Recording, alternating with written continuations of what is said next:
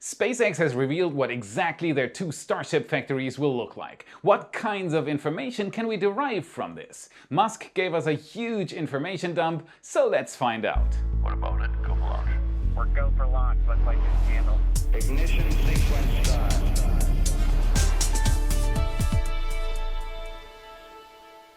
My name is Felix and I am your host for today's episode of What About It. Today is going to be an extraordinary episode. Tons of new information about the factories of the future, about Starlink V2 and about Musk's trick of how to turn all this into a possible reality. Let's dive right in. Starship updates. Elon Musk has revealed a treasure trove of information about the future plans for Starbase and their new Starship factory at Kennedy's Space Center, and we're of course going to take the time to dissect it bit by bit. I also have a very important announcement for you, so make sure to watch until the end. This is Starbase, Texas, and it's about to change. The reason is simple. The Starship program can roughly be divided into 4 larger development steps. Low-altitude flights, or HOPs as we called them, from Starhopper to the low-altitude test flights that followed later. Those were simple first steps. Does the engine work? Can you construct a stainless steel rocket the way SpaceX wants to? Basic questions got answered in the beginning. Then came the high-altitude test flights. Can a Starship do the belly flop? Can it swing around in the air, control its descent with its wing-like flaps, and can it stick a landing? Now we're about to enter the orbital test flight phase. Can a Starship reach orbit? Can it deploy a payload and re-enter? And finally, can it be caught out of mid-air by Mechazilla? And after that, mass production. Even though those first 3 steps are very hard to get right, the 4th one might be the most difficult one yet. Mass production of the largest rocket ever built. Musk and the SpaceX team don't want to build one, they want to build 1,000 of them within the next 10 years. For that, you'll need a factory, a machine that builds the machine. This is a video Chief, our YCam operator at Starbase, Texas, recorded on June 2nd. SpaceX moved 2 ring segments in place to block the view from the road and gathered everyone working at Starbase for an all-hands meeting. And at the end, you can hear everyone cheer.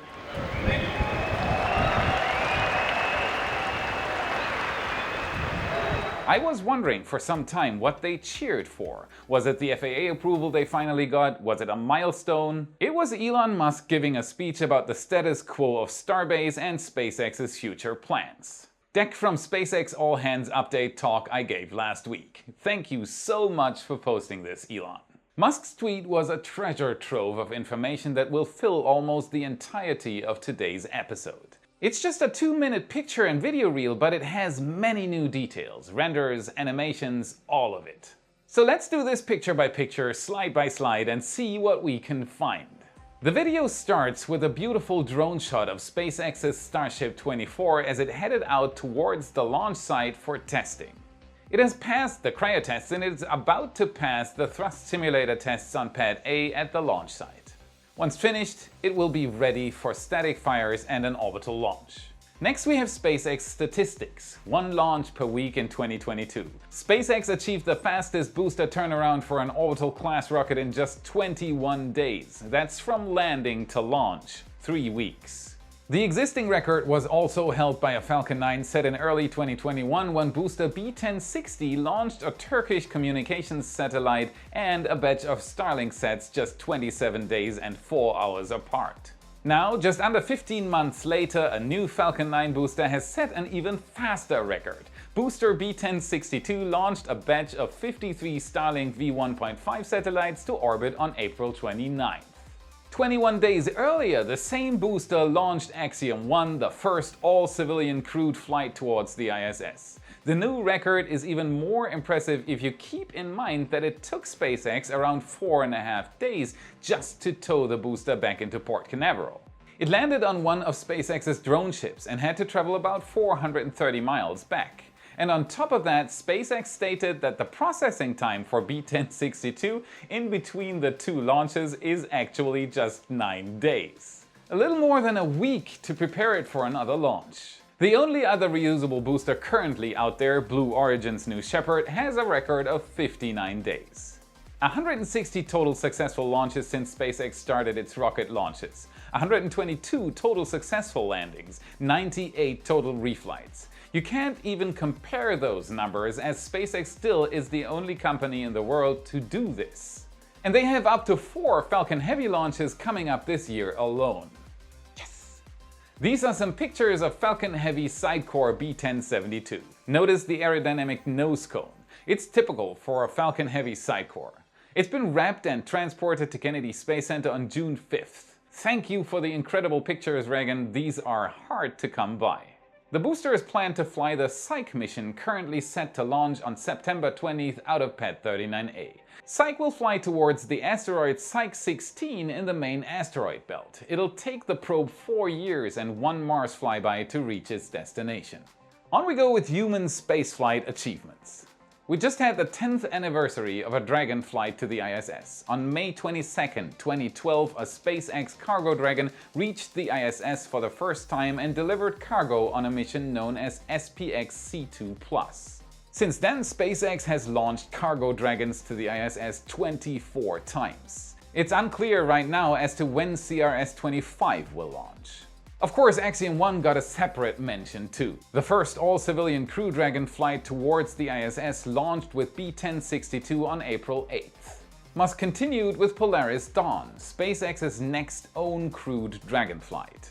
Slated for no earlier than the 4th quarter of this year, the crew will attempt the first ever commercial extravehicular activity with SpaceX-designed extravehicular activity spacesuits at approximately 500 kilometers above the Earth. All in preparation for the upcoming Starship flight Polaris 3.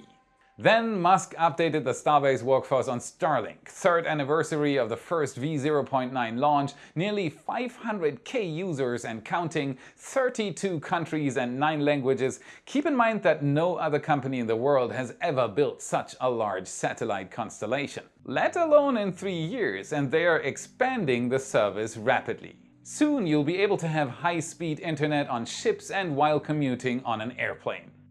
Crazy. 15,000 Starlinks were delivered to Ukraine to help them win their war against Russia. Then came one of the highlights of this presentation, the first ever SpaceX animation of what a Starlink separation will look like with a Starship. This looks very close to Ship 24. It's unknown if SpaceX will fly a payload to space right on the first orbital flight, but this is what it would look like. The Starship Pez dispenser. A slit-like payload door, 2 stacks of 27 satellites each, so a total of 54 V2 Starlink satellites. 2 pushed out at the same time, held in place by a slot system that pushes the stacks down, just like a, well, Pez dispenser. When the satellites are entirely pushed out, it seems like they are separated by what looks like a pusher system. It could just be artistic freedom for the animation though. I can't wait for the camera view from the nose cone facing down towards the payload door. That should be quite the view. Ship 24 and Booster 7 are getting ready for the orbital launch. It's unclear why the Starbase workers cheered in the end, but it was likely at this part of the presentation. SpaceX might have gotten some good news about the FAA review. Musk might have said that Ship 24 and Booster 7 would perform the orbital flight. Then the deck showed Booster 7 as it is in the Mega Bay right now. Raptor 2 engines are being installed. Thermal protection can be seen. Everything looks much more sophisticated compared to everything else SpaceX has produced at Starbase so far. There's no doubt that this indeed is the orbital flight hardware. Another very exciting part I'd like to look at with you in detail is about the factories of the future.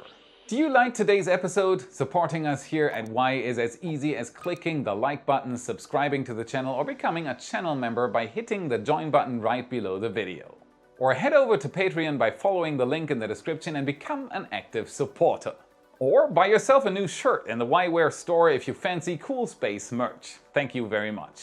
There were 2 renders, one of Starbase and one of the Roberts Road facility currently being built by SpaceX at Kennedy Space Center. At first glance, both look like different buildings, but a closer analysis revealed that these are viewed from opposite sides.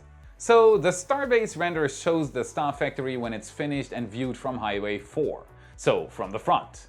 A tall section of the facility, lots of space for nose cone production and taller segments that need high ceilings. The Roberts Road render shows a factory as seen from the back. On the left, we have Hangar X, the current SpaceX Falcon 9 refurbishment facility that's already partly operational. And on the right, you can see SpaceX's Starship factory for the Cape. In the middle, there's a high bay, used for stacking operations. Those can already be found at Starbase. On the Starship factory, you can notice that the part facing Roberts Road is taller. My guess is that this is the same part of the same factory layout that you can see in the Starbase render. SpaceX has already started construction of the Starbase factory in Boca Chica. This is the latest progress as seen through Mauricio's lens. RTV aerial photography gives us an overview. The plan for Starbase seems to be building the factory in segments. The segment already half built matches the one in the Roberts Road render. This is a render done by Ryer and the Ring Watchers team made for today's Y episode. It has a Starship in front of it and there's a reason for it. There are Starships in the Roberts Road renders and we know exactly how tall they are.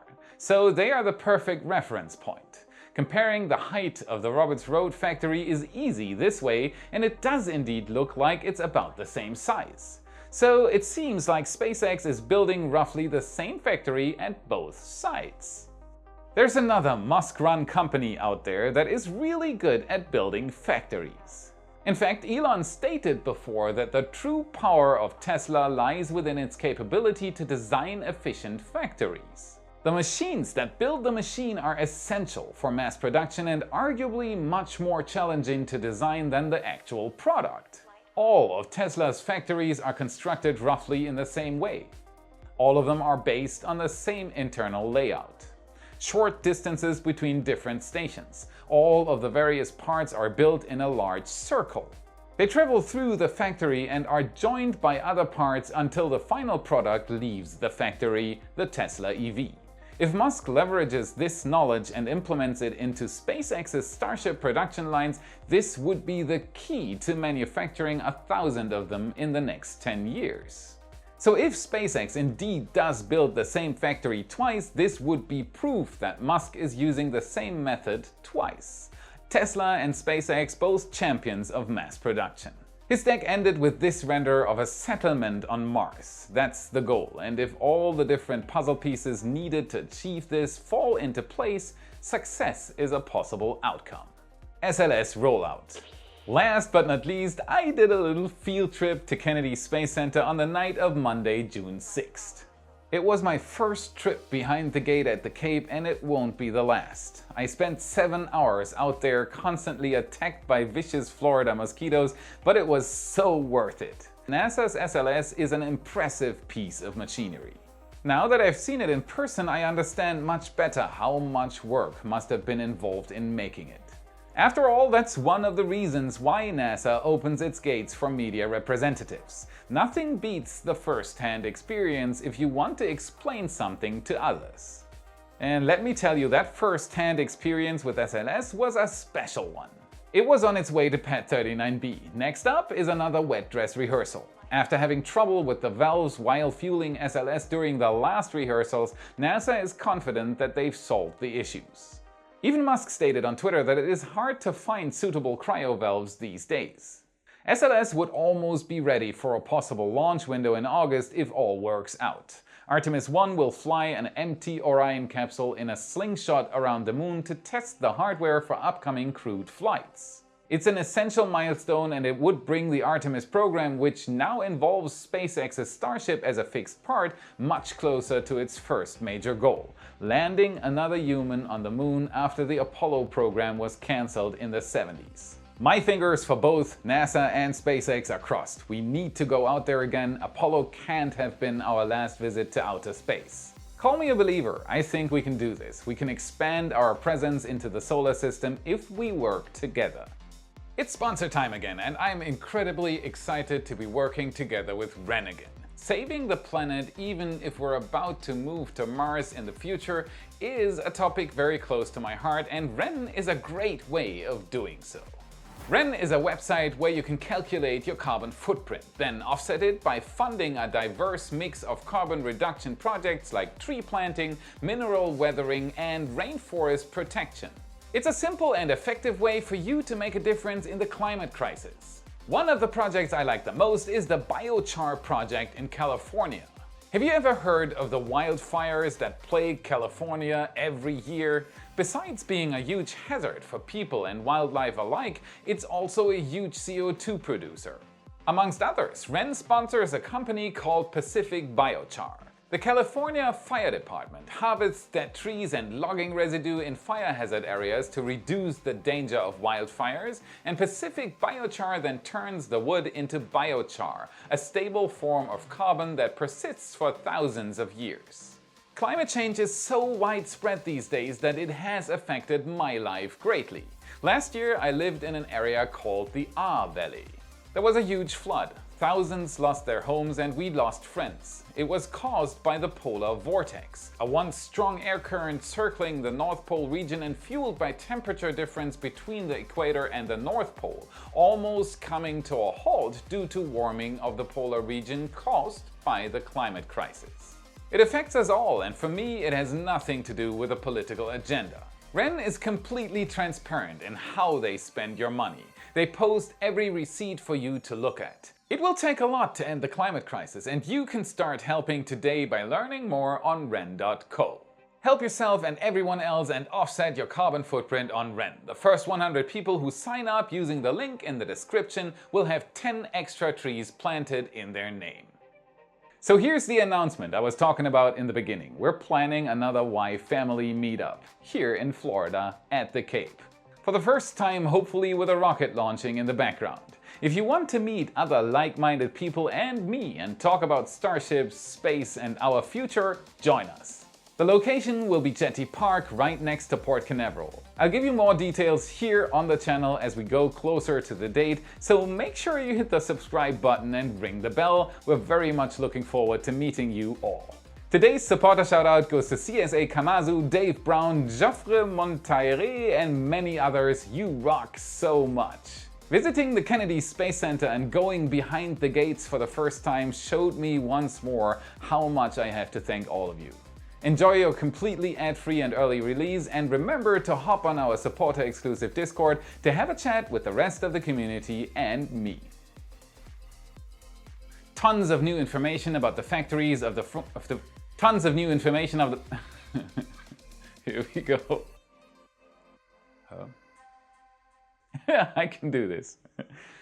So here's the announcement I was talking about in the beginning. Joffre Montaire. Okay. SpaceX achieved the fastest boostest. And they have up to 4 Falcon Heavy launchings